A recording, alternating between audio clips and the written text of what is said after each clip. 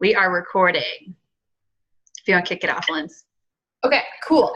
So our first team call we thought would be a really good idea to kind of talk a little bit about one of the really awesome things that we learned at the Diamond Retreat this last fall.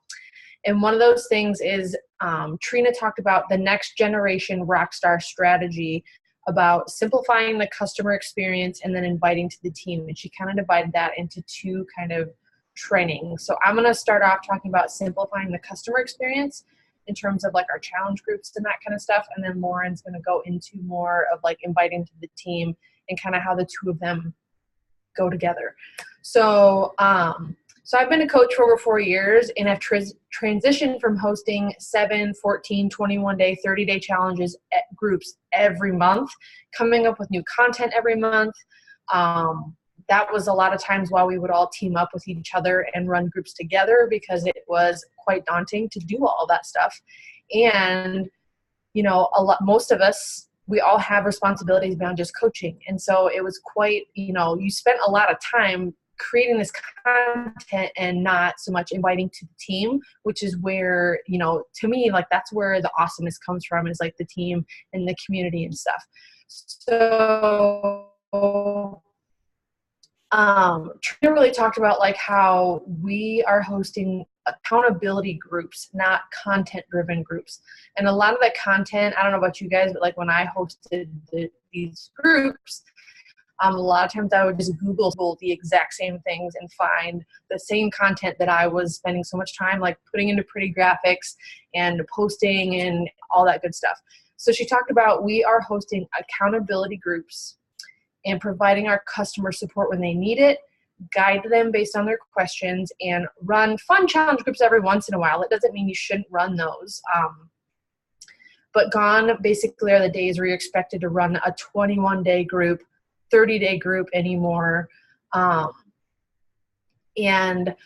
our goal in our challenge groups is to show them that we're in the trenches with them. And basically, and this is where Trina explained it, is like, basically being the best challenger in your group. So leading from the front, you know, logging daily, wherever you host it, whether it's in the Tracker app or on Facebook or on Instagram, liking and commenting on your customers' posts, trusting that that's enough. Like you don't have to, you know, give them all this content because most people know a lot of the stuff already, and it's not what we tell them, it's what we show them.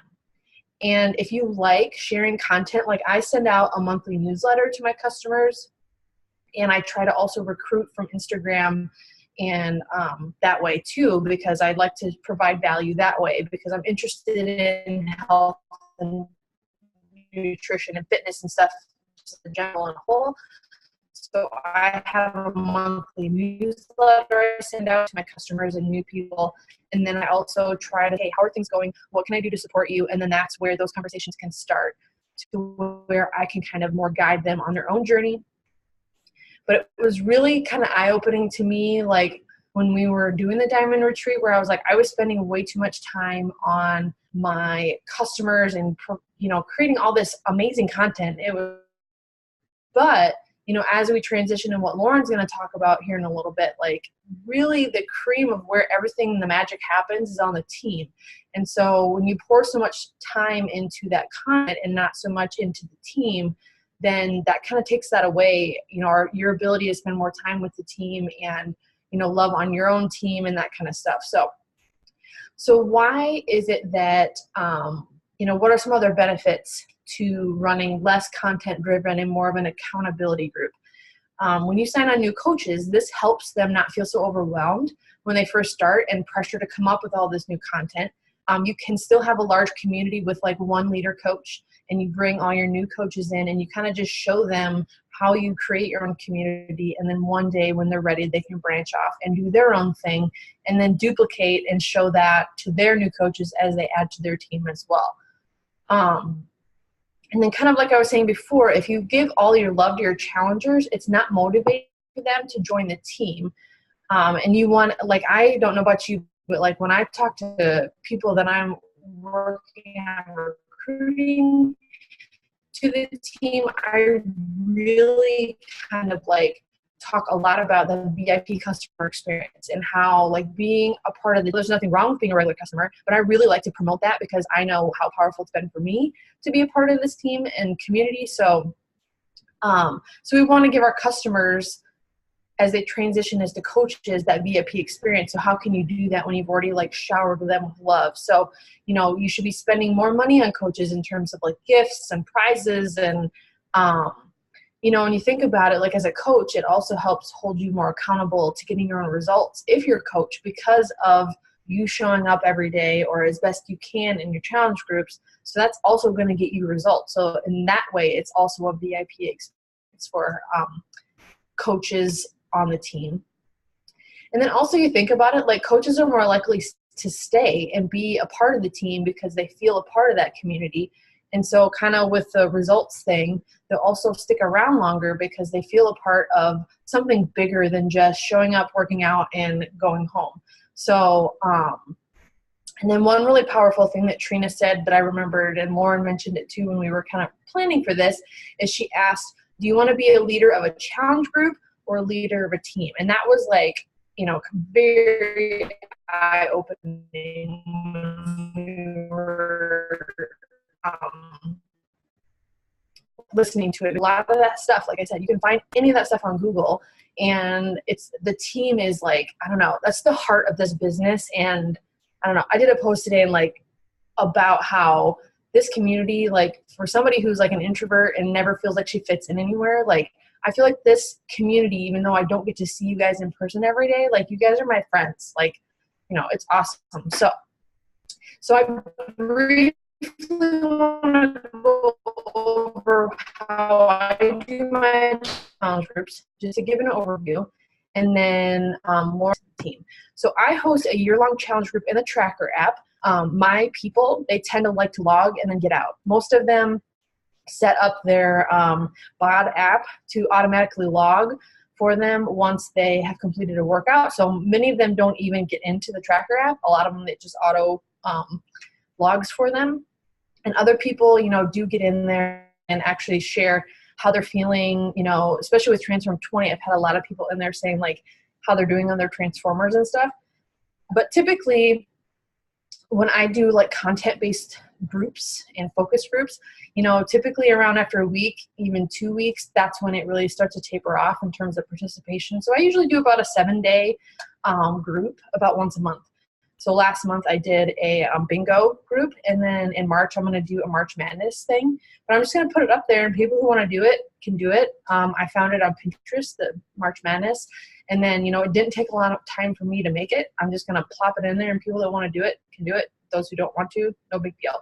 So I also welcome new customers when they join, and then yeah, that's pretty much it. So I find a lot of my stuff on challenge groups. And so like I said, you gear your challenge groups towards your people. So like I said, my people, they don't like to chit chat. But if you have people that really enjoy that engagement, go to Pinterest and find little short groups where you can provide that content for them, that, connection. But then, those are the people, definitely invite them to the team if they really like that engagement and stuff. That's where I feel like the coaching opportunity can definitely be an opportunity for those people to like get more engaged. So Lauren's going to share a little bit about how to invite the team, and also what she also does her challenge groups on Instagram. So she's going to share a little bit about that and then go into inviting. So any questions about the content that I covered? You want a round table or talk about anything?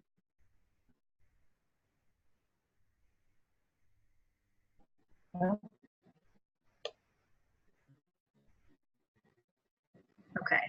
Take her away, Lauren. My internet says it's unstable, which is super common for me, apparently. So just let me know if it gets shaky. I do want to share screen. So hopefully this part works okay. But partway through, don't be surprised if I stop my camera so that I don't cut out. But Lens, if you could let me know if I start getting shaky, let me know. Okay, so I'm going to share my screen here. I So I decided I was using the tracker app for a really long time. Last year I literally did 365 days. I liked it, but I found it really difficult to make sure I wasn't losing anyone. So I got this idea to start a separate page on Instagram from Dani Detra. Okay. I kind of made it my own. She literally did like a nutrition post every day. Or she would do a nutrition post one day, like share a recipe, would share a Shaco recipe, and then motivation. She would cycle through those three things. She did not use stories. So I kind of tweaked it and I made it my own. The reason I like this, one, is that it kind of, when I enroll someone, I tell them about this page and I tell them two things. They have the option of either using their current Instagram page and following me on there, or if they're not comfortable with sharing any of their fitness stuff, to make a fitness page, because the more interaction they can do, the better. So they just have to tell me what their Instagram fitness page is so that I can accept the request. So this page is a private page and they have to request access to it. So I don't have a real system in posting in here. I don't share a post every single day, but what I do is I show up in my stories, I share my workout, kind of like using the tracker, but they're seeing it in their stories. And a lot of the people that I work with, I found them on Instagram. Another reason I like doing this is because I spent some time putting some highlights on here. So if I have people who join me at any time, it's kind of like that, the planned groups that we used to do. I'm telling people, here's a welcome. Like, I'm telling people kind of what to expect from the group. If they do their workout, I have them, I invite them to share it in their stories and to tag Living Fit with Lauren, and then I add it to the page's stories. So it's kind of a fun way to kind of get them a taste of community, but I'm not hand-holding. I'm not doing too much. I'm not pouring content into this every day. But if I have a recipe I can share, I can put it in my stories and add it to my highlights, so it's always there. So, and then other content groups that I've ever done in the past, like I did one on healthy swaps. I don't know if I can click on it here and show you. So I just like choose this instead of that. Choose this instead of that. So super simple. And then on the pages, people are logging. You just are a coach to them. You're cheering them on. And then I also like it because back in my profile here, it makes check-ins so easy. Everyone that has done the work to connect with me here, I see who I'm following, and it makes following up with them so easy. Just go through that list and check in with them. Hey, once a week, how's it going? How are you doing? Are you liking the program that you're doing? And then in my stories, I will take a screenshot of this and say, hey, we have some new friends in here. Make sure you go follow them. So I'm wanting to kind of build a little bit of a community, but it's not taking a lot of work. So that's just kind of a sneak peek of what I'm doing with that. Now I kind of want to get into how I'm using this page to find or to invite to the coaching or to invite to team. So first of all, when you invite someone to become a coach, in my opinion, that's a super intimidating thing. People are like, I'm not ready. I'm not rocking my own journey yet. I'm not ready to coach others. So lead with the team, lead with the community, and lead with the support. And right now, with the way that we're transitioning to this collab group versus team page, if you're in the collab group, part of our job as leaders is to make sure that we're helping support the people who are in our team page and are just getting started in their journey. And we want to create as much FOMO, fear of missing out, as we can to everyone who's not in the team page. So you don't need permission to post in there. If you're feeling motivated, if you're feeling inspired, share something in it and go talk about it in your stories. Go share that journey. Talk about the importance of the team. So when I invite someone, so first of all, most of the invites I do are behind the scenes. I am always sharing my journey on stories in my posts, but most of those invites are happening behind the scenes in a message through Instagram, Facebook, wherever. But I'm inviting them to join me on the journey. And I keep that open-ended so that once we kind of establish what they want to do they want to focus on nutrition? Do they want to focus on fitness? Once they tell me what they're struggling with, then at that point, once they've decided to commit, I give them two options to join me. You can join me as a customer. I have an Instagram group. Actually, you know what? I don't even know if I would get into that. I would say you can join me as a customer, or you can join my coaching team for the same price, basically, but then you're going to end up getting a 25% discount. You're going to get extra support from the community. You're going to get extra accountability. And if you were planning on doing this for longer than a month, you need to join the team. And I would just tell them that. If you want to do this longer than a month, why wouldn't you do this? And if you speak to them with that much conviction, they're not going to question you. And if you view yourself as a leader and you know that this will change their life and you tell them that, they will want to join you. So, and then there's always that partial hang up. There's two little hang ups. The first one is that it's $16 a month to be a coach. The way that I explain that to them is it's like having an Amazon Prime membership. You pay $15 a month, you get 25% off. It's kind of like a convenience fee. And if you ever decide in the future that you want to be a coach to others, you don't ever have to store any product at home. Beachbody gives you a website, takes care of the rest. But you can totally just take advantage of this discount and be a coach to self and be surrounded by extra support and extra accountability. So, and then the other thing is that if someone doesn't want to join the team right away, what I do is I write their name down when they joined, and the next week when I do a follow-up with them and see how everything's going, I ask them how they're liking the product, if they got Shakeout, if they got Energize, if they got Recover. If they like it, I'm like, girl, let's get you signed up. Let's get you signed up. I want you to have this discount. You deserve it, and you deserve to be surrounded by people who are choosing to live fit forever. You're going to stick with this so much more with the team. Okay, let's see here. Okay, so something else that we're going to start doing that will make inviting to the team easier is we're going to start doing coach only groups. So when we have a launch, like next month, we have the launch of the Ultimate Fix coming up.